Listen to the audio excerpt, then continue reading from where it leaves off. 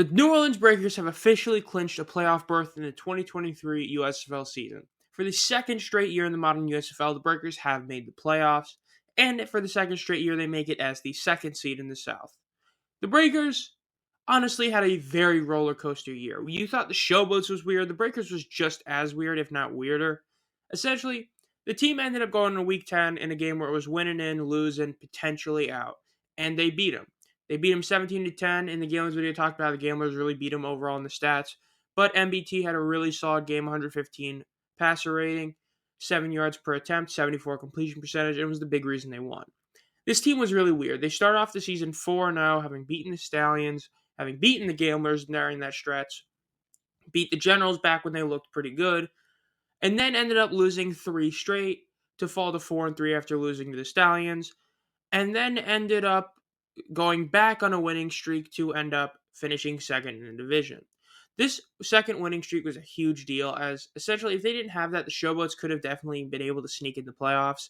The Breakers won a couple very important games, and at this point basically feels like it's Ray Horton or John DeFilippo is going to win Coach of the Year.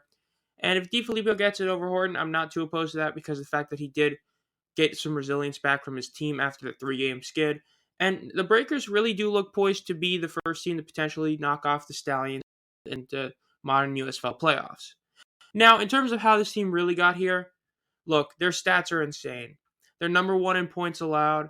They're number 1 in passing yards a game. The team is second in yards per game, and they're second in turnover differential. Granted, the Maulers are just far and away better than everybody else.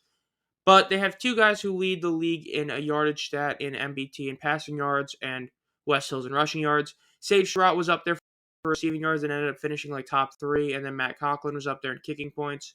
So the team stats are really good. MBT has been a really solid quarterback, and West Hills has at some points been a solid rusher. You see, the big thing about both these guys is that both these guys have been very inconsistent. MBT has been a bit less inconsistent. He's had a couple games where he looked pretty bad, but for the most part, basically 4 to every 5 games, he's going to look really good. As for Wes, honestly, the last 4 weeks, he's been a terrible back. Not even mediocre, he's been terrible. He's been averaging a 2 or a 1.8 or a 2.5 yards per carry for the last 4 weeks now. And if you're a Breakers fan, I know I got a couple of you there, this is your biggest flaw. Wes Hills needs to get back to his early season form because at this moment, he's maybe not even a top 4 running back in the league.